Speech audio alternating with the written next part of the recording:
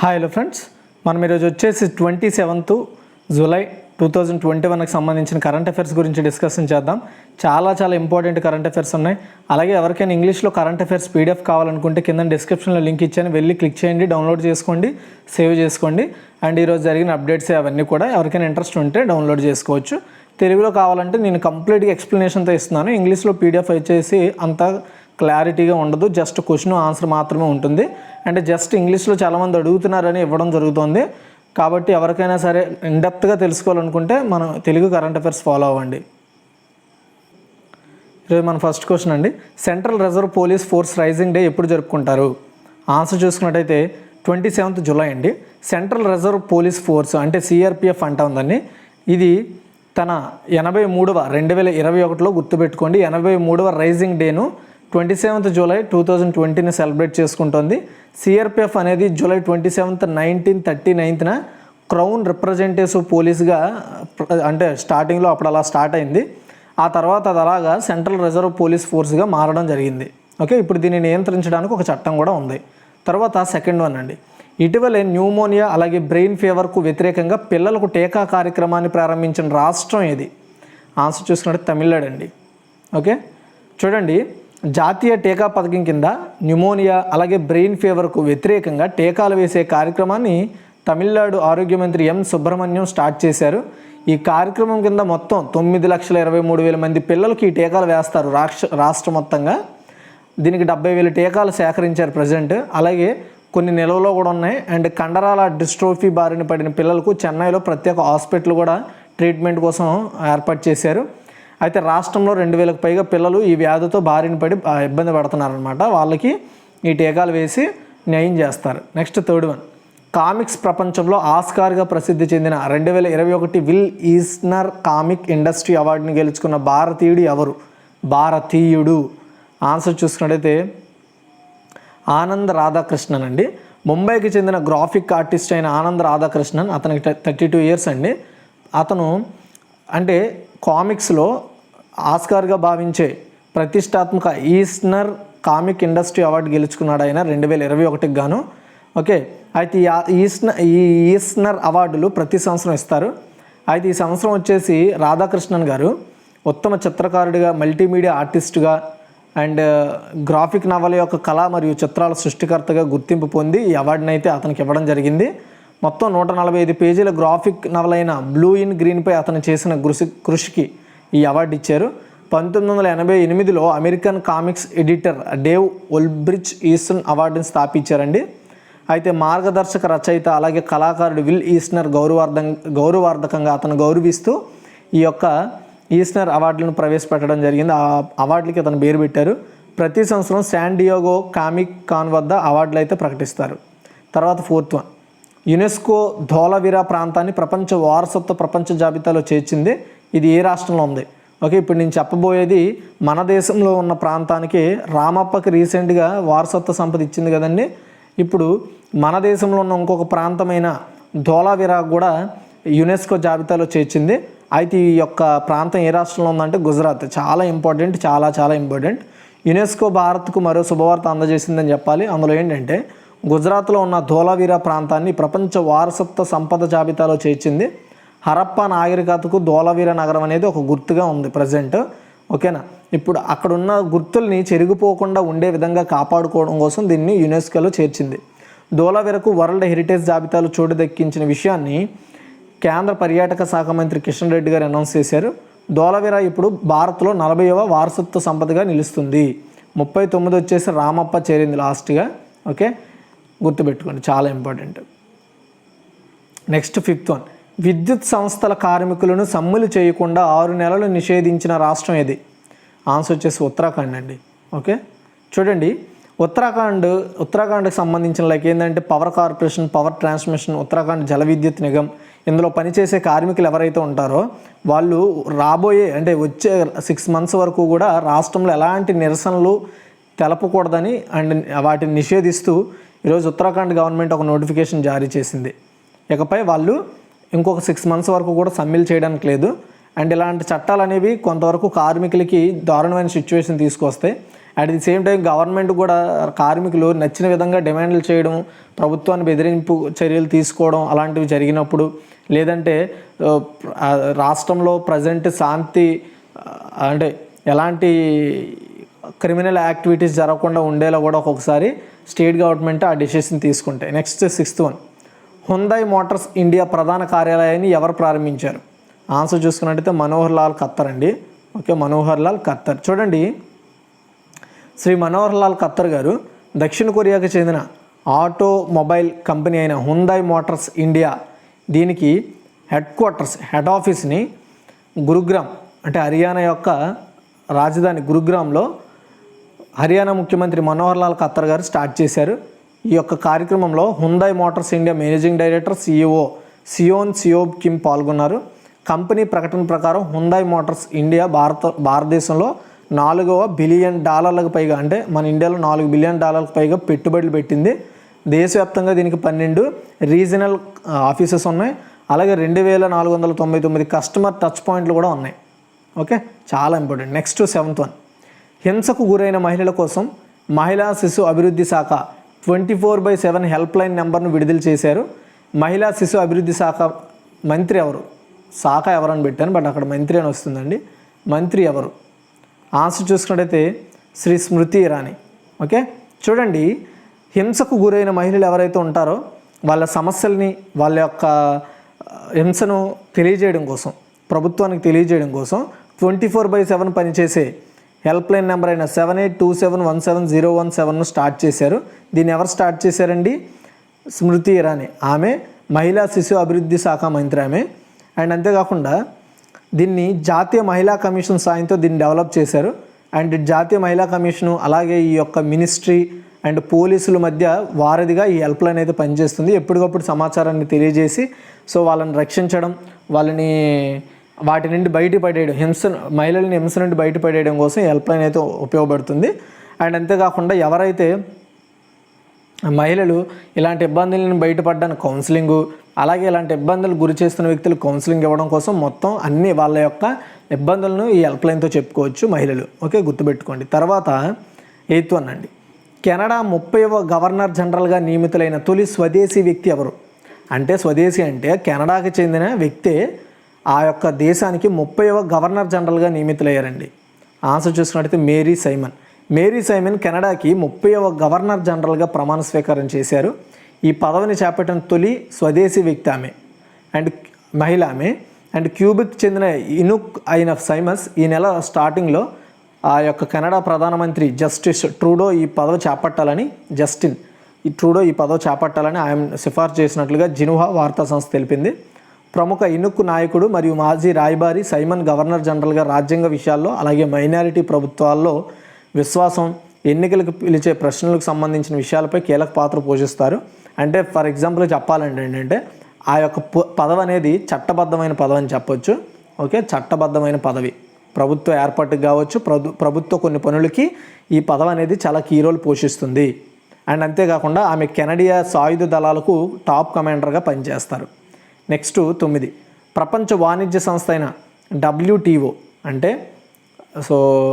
ఏదైతే world trade organisation ఉంటుంది కదా, వాణిజ్యానికి సంబంధించిన సంస్థ, ఇది UN కింద పనిచేస్తుంది.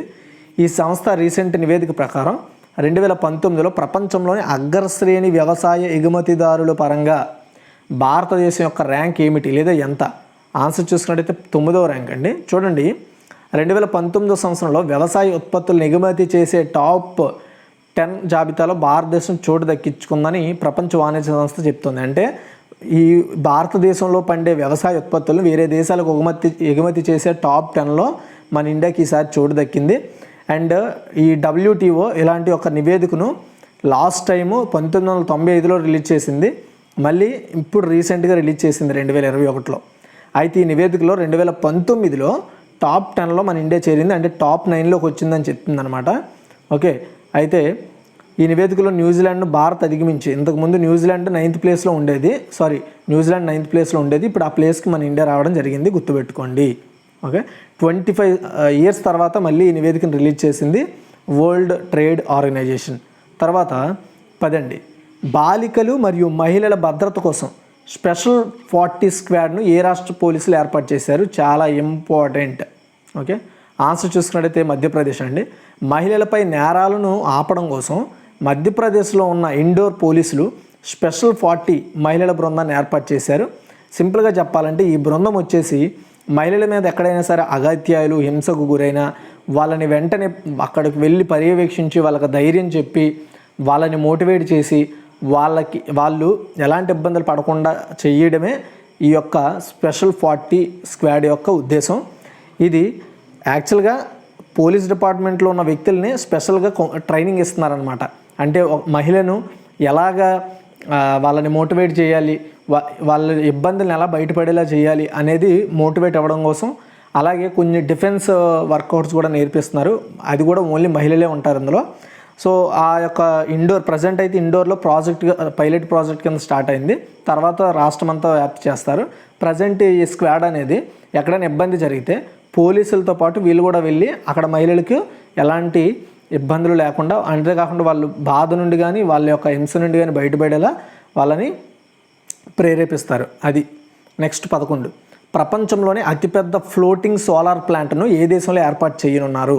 చాలా ఇంపార్టెంట్ అండి. యాక్చువల్గా సింగపూర్కి చెందిన సింగపూర్ కంపెనీ ఇండోనేషియాలో, సింగపూర్కి పొరుగు దేశం అనమాట ఇండోనేషియా. ఈ ఇండోనేషియాలో అది కూడా బాటం అనే ఒక నగరంలో ప్రపంచంలోనే అతిపెద్ద ఫ్లోటింగ్ సోలార్ ఫామ్ను అండ్ ఎనర్జీ స్టోరేజ్ వ్యవస్థను నిర్మించడానికి $2 బిలియన్ ఖర్చు చేయాలని కూడా సింగపూర్ కంపెనీ యోచిస్తోంది. ఇది పునరుత్పాదక విద్యుత్ ఉత్పత్తి సామర్థ్యాన్ని రెట్టింపు చేస్తూ, అలాగే నీటి మీద తేలియాడే వ్యవస్థ 2.2 గిగావాట్ల సామర్థ్యాన్ని కలిగి ఉంటుందని సింగపూర్కి చెందిన సన్ సీప్ గ్రూప్ వాళ్ళు అభిప్రాయపడుతున్నారు. అండ్ ఇండోనేషియా వేరే దేశంలో చాలా పెద్ద ప్రాజెక్ట్ని చేపడుతుంది. ఇంతకుముందు ఇండోనేషియాలో చేపడతామని అనుకున్నారు, కానీ ఇప్పుడు అది సింగపూర్లో చేపడదాం అనుకున్నారు ఆ ప్రాజెక్ట్ని. దాన్ని సింగపూర్కి షిఫ్ట్ చేశారు. అంటే ఏంటంటే నీటి మీద సోలార్ ప్యాన్స్ ఏర్పాటు చేస్తారండి. తేలితే అవి అలా తేలుతూ సూర్యరశ్మి దాని మీద పడుతుంది కదా, ఆ పడిన సూర్యరశ్మి ద్వారా పవర్ జనరేట్ చేయొచ్చు. ఓకే, నెక్స్ట్ అయితే 12, కేంద్ర హోంమంత్రి అమిత్ షా గ్రేటర్ సోహ్రో నీటి సరఫరా పథకాన్ని ఏ రాష్ట్రంలో ప్రారంభించారు? ఆన్సర్ చూసుకున్నట్లయితే మేఘాలయ అండి. కేంద్ర హోంమంత్రి అమిత్ షా గారు మేఘాలయ ముఖ్యమంత్రి కాన్రాడ్ కే సంగ్మాతో కలిసి ప్రతిష్టాత్మకమైన గ్రేటర్ సోహ్రో నీటి సరఫరా పథకాన్ని స్టార్ట్ చేశారు. గ్రేటర్ సోహ్రో నీటి సరఫరా పథకాన్ని మేఘాలయ ప్రభుత్వం చేపట్టింది. దీన్ని 2019లో దీనికి 24.8 కోట్లు కేంద్ర ప్రభుత్వం కేటాయించింది. డీజీఆర్ అలాగే మేఘాలయ గవర్నమెంట్ సంయుక్తంగా సోహ్రో అటవీ నిర్మూలన ప్రాజెక్టును కూడా స్టార్ట్ చేశారు దీంతోపాటు. తర్వాత 13, దేశంలో కోవిడ్-19 మహమ్మారి కారణంగా ఎంతమంది పిల్లలు తల్లి లేదా తండ్రిని కోల్పోయారు లేదా అనాథగా మారారు?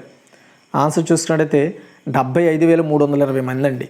కోవిడ్ కారణంగా కోవిడ్ టైంలో 75,325 మంది అయితే పూర్తిగా అనాథలు అవ్వడము లేదా ఒక తల్లిని లేదా ఒక తండ్రిని కోల్పోయారనమాట. ఈ విషయాన్ని స్వయంగా జాతీయ పిల్లల హక్కుల పరిరక్షణ కమిషన్ సుప్రీంకోర్టుకి తెలిపిందండి.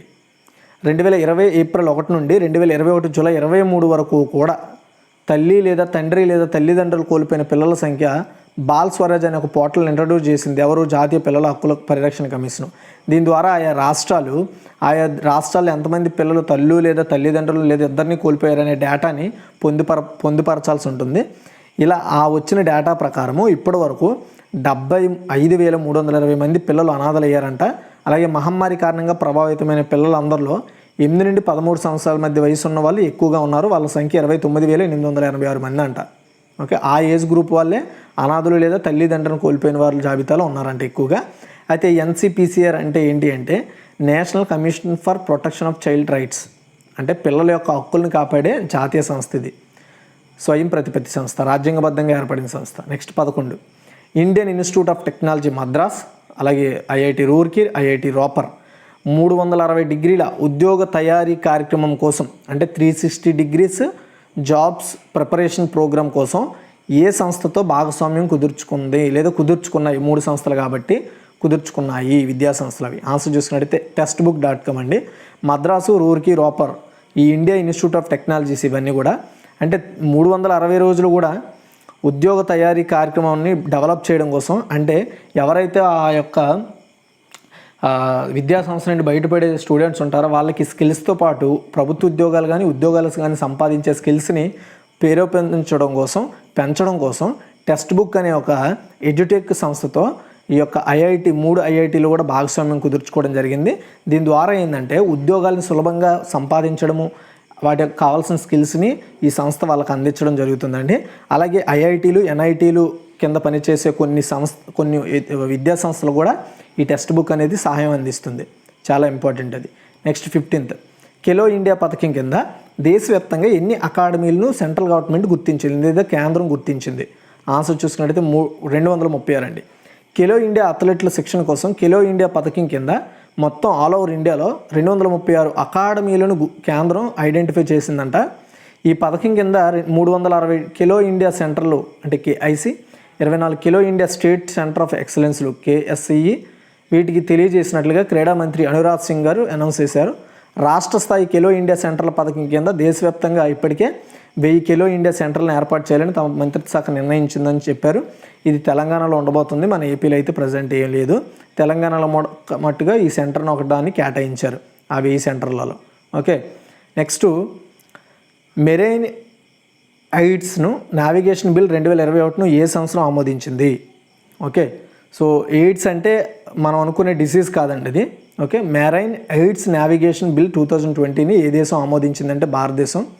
సముద్ర నావిగేషన్ రంగంలో టెక్నాలజీని అలాగే దాన్ని నియంత్రించడానికి కావాల్సిన అవసరాన్ని కేంద్ర ప్రభుత్వం తన చేతిలో పెట్టుకోవడం కోసం పార్లమెంట్ ఏం చేసిందంటే, పార్లమెంట్ అంటే ఏంటి, లోక్సభ రాజ్యసభ రెండూ కలిపి పార్లమెంట్ అంటారు. పార్లమెంట్ ఈరోజు మెరైన్ ఎయిడ్స్ నావిగేషన్ బిల్ 2021ను ఆమోదించింది. ఈ యొక్క బిల్లు లైట్ హౌస్ను నియంత్రించే 9 దశాబ్దాల నాటి అయిన లైట్ హౌస్ చట్టం 1927ను రద్దు చేసి ఈ కొత్త చట్టం ఇప్పుడు పనిచేస్తుంది. మన ఇండియాలో నావిగేషన్ని డెవలప్ చేయడము, దాన్ని నిర్వహించడం, దానికి కావాల్సిన బిల్లును, దానికి కావాల్సిన నియంత్రణని కొత్త చట్టం అనేది తీసుకొస్తుంది. భారతదేశం ఒక పార్టీ అయిన సముద్ర ఒప్పందాలు అలాగే అంతర్జాతీయ సాధనాల క్రింద ఉన్న బాధ్యతను అనుగుణంగా ఉండేలా చూడడానికి ఈ చట్టం అనేది ఉపయోగపడుతుంది. అంటే పొరుగు దేశాలతో మనకున్న నావిగేషన్ సిస్టమ్ సముద్రాల్లో లేదంటే మెరైన్ అంటే ఏంటి, సముద్ర వ్యాపారంలో వాణిజ్యాల్లో ఈ నావిగేషన్ అనేది ఉపయోగపడుతుంది కొత్త చట్టము.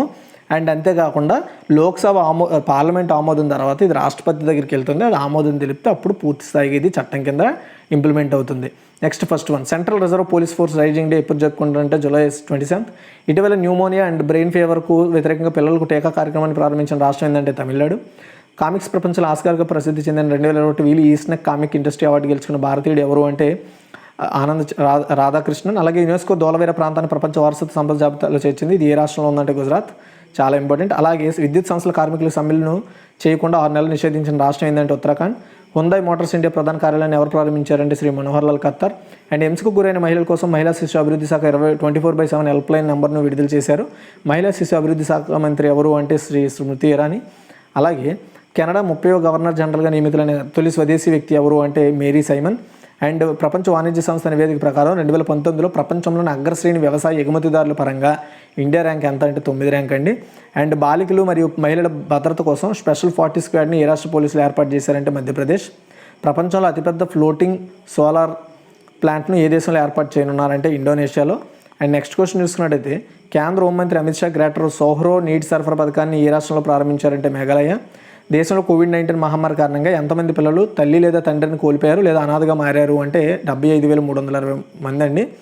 And Indian Institute of Technology Madras అలాగే Roorkee Ropar 360 degrees jobs preparation కార్యక్రమం కోసం ఏ సంస్థతో భాగస్వామ్యం కుదుర్చుకున్నాయంటే textbook.com. ఖేలో ఇండియా పథకం కింద దేశవ్యాప్తంగా ఎన్ని అకాడమీలు కేంద్రం గుర్తించిందంటే 236 అకాడమీలను గుర్తించింది. అలాగే మెరైన్ ఎయిడ్స్ నావిగేషన్ బిల్ 2021ని ఏ దేశం ఆమోదించిందంటే మన India. Okay, thanks for watching guys. ఈ వీడియోని షేర్ చేయండి, లైక్ చేయండి.